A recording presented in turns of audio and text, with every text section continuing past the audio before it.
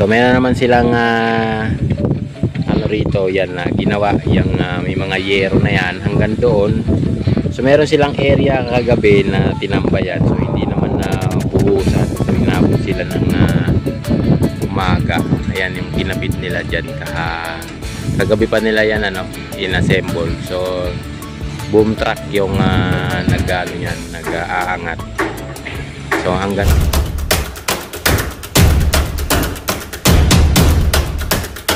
guys, magandang araw sa inyong lahat.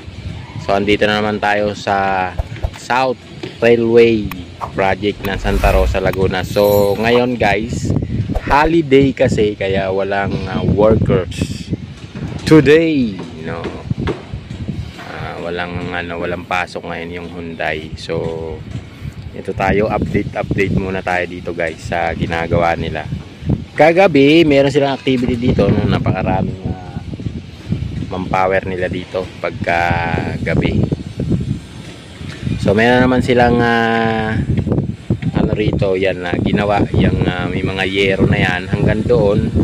So meron silang area kagabi na tinambayan, so hindi naman na buhusan. So inabot sila ng umaga. Ayan yung kinabit nila dyan kagabi pa nila yan inassemble. So boom truck yung nag-aangat.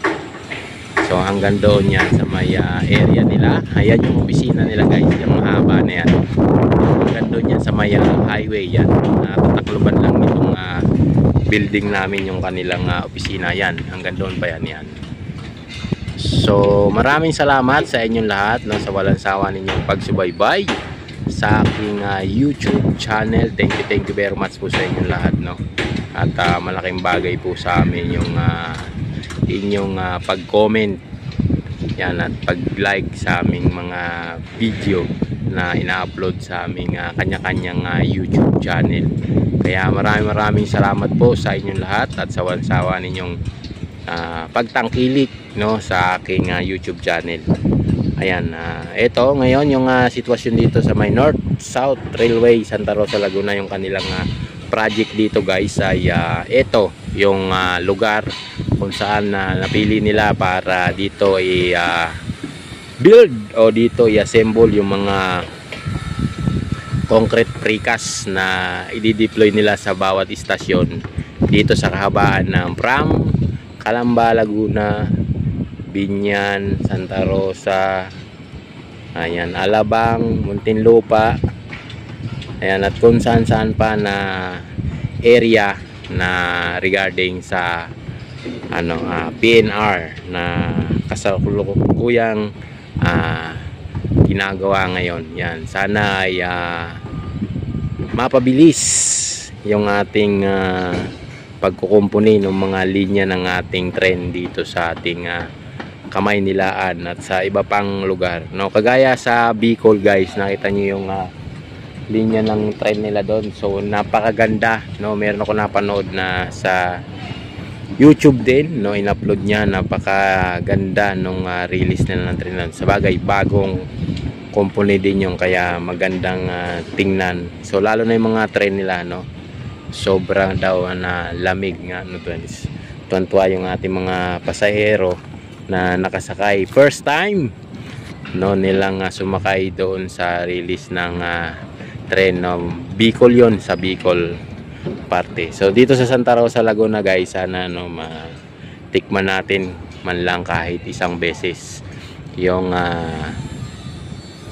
mga tren na bago na ngayon na ina-assemble na mga release ng tren. Matikman man lang natin yung pagsakay mula Calamba hanggang kung saan Santa Mesa, hanggang dulo sa may Santa Mesa yung stasyon nila tapos sa Bicol to Calamba naman yung area na tinatarget. Tapos meron pang guys from Cavite to Bataan.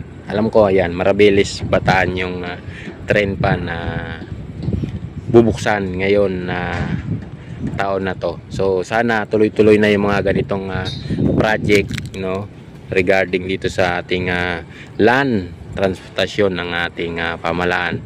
Kasalukuyan ngayon na BBM, no, na pinagdaanan ni Pangulong Duterte. Kaya lubos ang ating pasasalamat sa kanilang dalawa, at meron silang mabuting puso at mahal nila yung kanilang bayan, no. Meron tayong mga nakikita ngayong project, no, kagaya ko na mula nung naupo yung mga nagdaang pangulo. So ngayon lang ako nakakita ng mga ganitong proyekto na trend, no, dito sa ating bansa, maliban sa MRT, LRT. So yan, napakatagal na yung dalawang line na yan. So ngayon lang uli na nadugsungan ng mga ganito, katulad ng line 7 yan, MRT 7 dyan sa may kahabaan naman ng Commonwealth from Bulacan naman yan, guys, no. Meron din tayong mga upload dyan na mga video, no, regarding dyan sa MRT 7. So napakaganda, malapit na pong matapos yan, guys, no.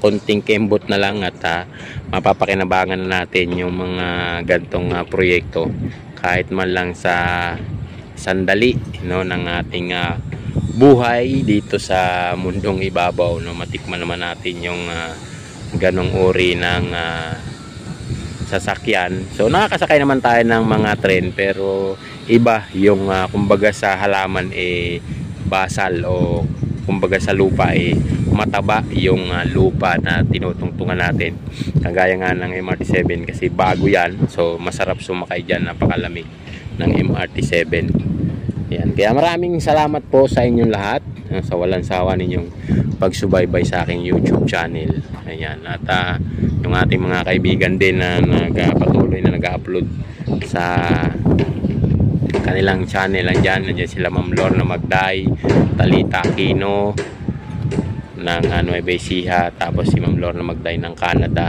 Pans TV regarding sa Manila Bay, Kabukid.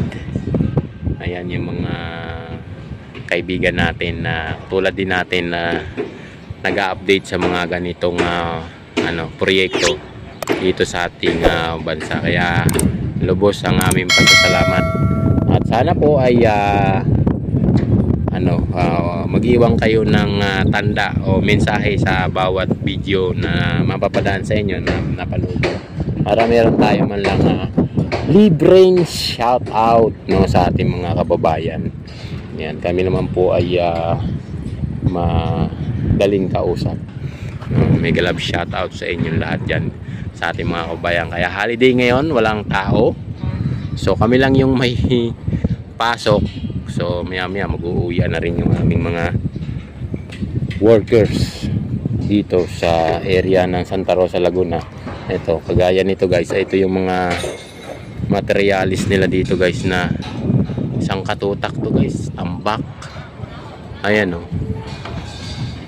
yung kanilang heavy equipment na nakatambay dyan. So by station, alam ko by station yan, no, ikakalat yan sa bawat istasyon na kanilang gagalawan, para mabilis yung proseso ng pagsasaayos at pagkukumpuni ng mga linya ng tren dito sa kahabaan ng Calamba hanggang Santa Mesa, yung alam ko na gagawin nila.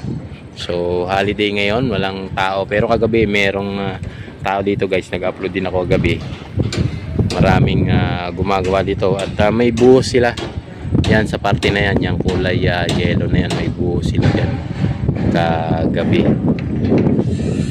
yung area nila na yan, guys. So maraming salamat po sa inyong lahat. Ayan, patuloy niyong subaybayan yung aking YouTube channel, Joey Washington lang po, mabilis lang pong makita.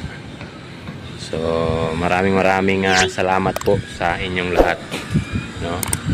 At andito na naman tayo para mag-update ng ganitong proyekto dito sa atin sa Santa Rosa, Laguna. Kaya lubos ang aming pasasalamat sa inyong lahat. Ayan, sa mga viewers natin, sa mga kababayan nating OFW na nakikita yung mga ganitong proyekto. So pag-uwi nyo rito sa Pilipinas, ayan, meron na tayong mga bagong project na ganito regarding sa PNR, no, yung mga tigabang bansa na doon na nakatira. Balik nyo dito, bakasyon kayo dito sa Pilipinas, meron tayong mga ganitong sasakyan. Nakaano dito sa atin, naka-posisyon, no, kung saan man kayo pupunta. So ayan yung mga tao namin guys, ayan, no, nagwagawa. Yun naman ginagawa naman dito namin ay condo unit. Ayan, hanggang dun sa dulo. So maraming salamat po sa inyong lahat.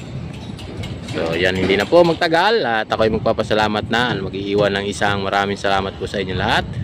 God bless you all. Ayan, hanggang doon guys.